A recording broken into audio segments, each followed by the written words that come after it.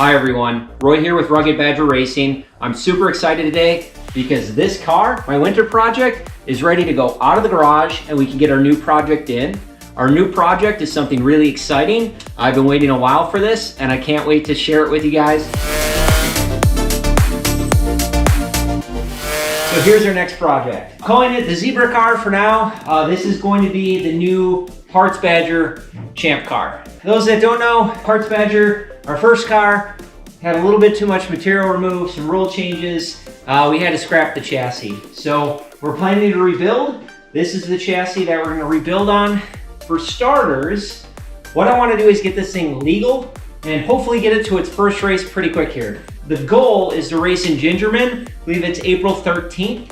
I have about 80 hours of time between now and then, between working nights and weekends on the car to get this thing ready. And I'm hoping to document the whole process and show you guys the build and how we go through it.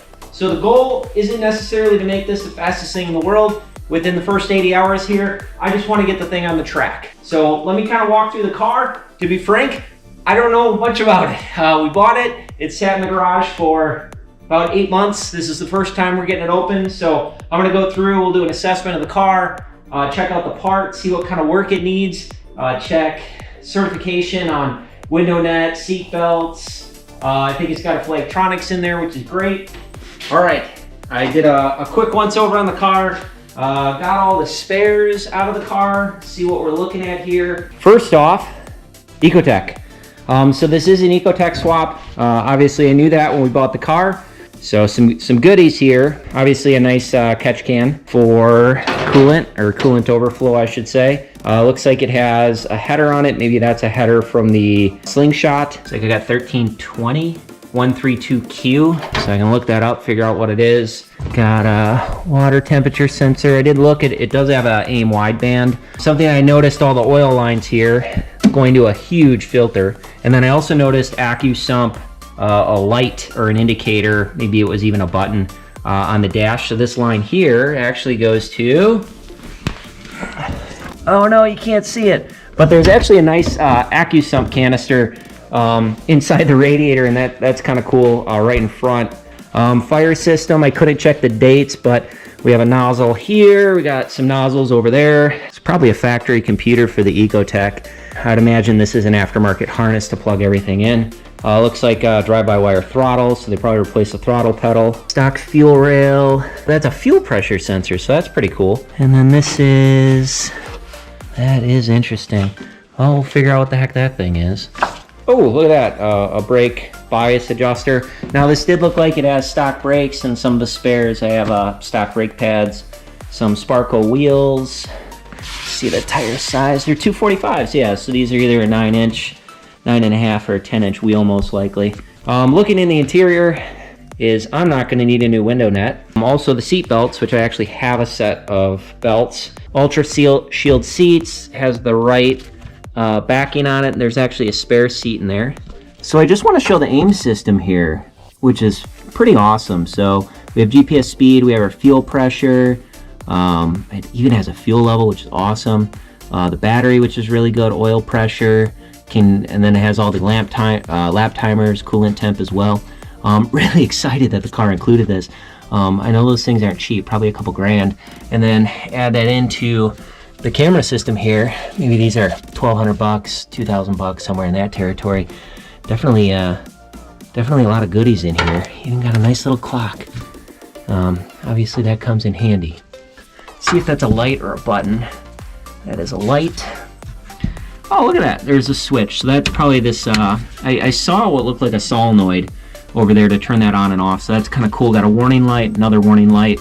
I assume maybe coolant pressure of the system, or maybe a temperature light, and then probably oil pressure. We got a flagtronic, so I don't have to get one of those.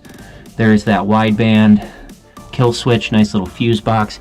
I really do not like that all the wiring is behind here. That's going to be tricky. I'm going to want to look through that. Something I did notice is the welds on the cage. There's a lot of weld, as you see here. Definitely goobered on there, so this was definitely one of those homemade cages. Got a drink holder. There's the fire bottle. It is in the green, but I'd imagine that's out of date. I actually have no idea what transmission's in this car. So they gave us a, looks like we have a T5 transmission, and then we also have a Miata transmission. Kind of feels like a Miata transmission, but we'll see. We do have a really nice Motorola radio, which is cool. Really nice wheel here, and then this adapter. It's pretty slick. My favorite part is, oh, no exterior mirrors, so it has these nice little wink mirrors. That's pretty cool. In the trunk here, they had a Coolshirt system. They actually had a pretty big cooler over there. We do have a nice wing, 9 Lives Racing wing, with some traditional supports. Maybe if there's time, I'll move that further forward. I don't like that far back. Speaking of aero, so it did have the 9 Lives splitter on there as well. It does have a nice Mishimoto radiator. Looks like an oil catch can right here. Spares here, so I got some G-lock front and rear brake pads. There's a T5 transmission. I have no idea why I have a T5 transmission. Got a couple of these side windows, which are really cool. We'll see. And then got a replacement rear window for the hardtop here. I believe this is OEM hardtop. So it's probably seen better days, but honestly, it's not that bad condition.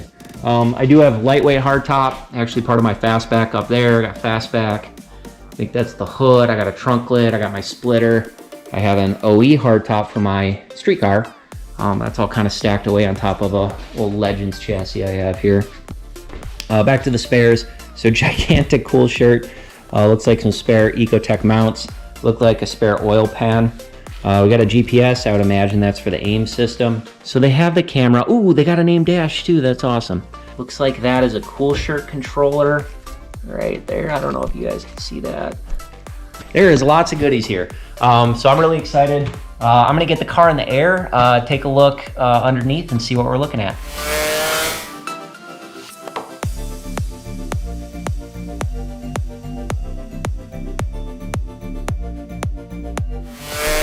All right, when we're in the car, I checked all the hubs. So the front right hub, that'll probably need to get replaced.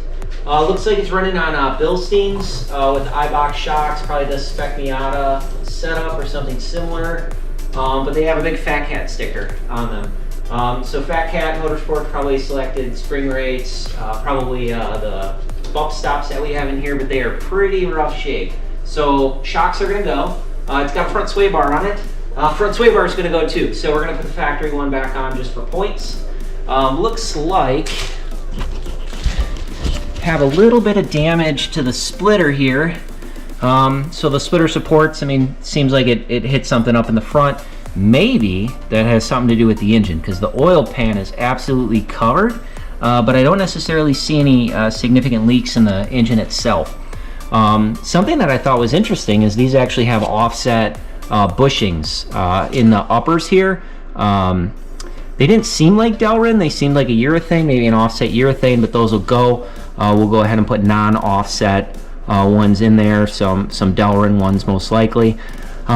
Stock brakes, I'm undecided on what I want to do there. If I want to go with our setup, which is traditionally like Willwood setup, or if we want to keep these for that first race. I guess that'll be in the interest of time. Otherwise, I mean, frame rails all the way around the car look really good. Doesn't look like there's any significant damage. Overall, it's pretty good. It definitely is going to need a new exhaust. But I'm really curious about this motor. So what I'm gonna do, I'm gonna check the oil. I'm gonna try to fire it up. I actually took the battery out right when we got the car, and that's been sitting on a trickle charger. So I'm gonna get that back in, and we can see if we get this thing to start.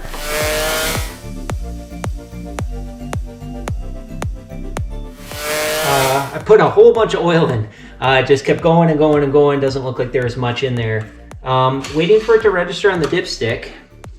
And I finally got a little bit on the tip of the dipstick. However, the dipstick looks cut. And when I match this up here, it doesn't look like it even enters the front part of the oil pan. But I know that the oil pump intake, that is getting oil. That's enough for me. So let's go ahead and try to start this thing.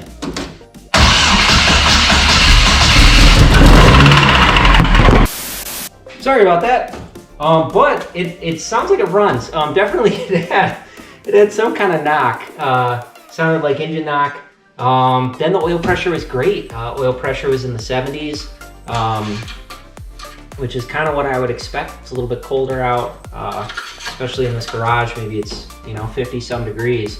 Let's see if we can figure out where that knock's coming. I'm gonna try to start it again and see if I can replicate that knock. Just kind of confirm it's rod knock here. Checking underneath. Let's see here, nothing's dripping underneath, which is surprising. So my guess is that oil pan had a leak. And it probably has a leak somewhere on the bottom. I know that these Ecotec oil pans are pretty notorious for leaks.